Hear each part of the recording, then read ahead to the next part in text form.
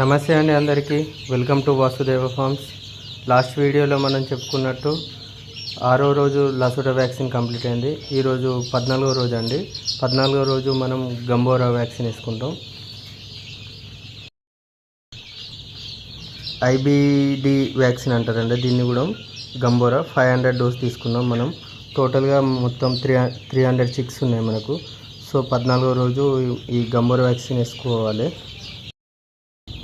Vaccine వేసుకున్న తర్వాత next day నుంచి ఒక 3 రోజులు కంటిన్యూగా బ్రూటాన్ లివర్ టానిక్ ఇచ్చుకోవాలి. Thank you for watching. Please subscribe my channel, like, share and comment.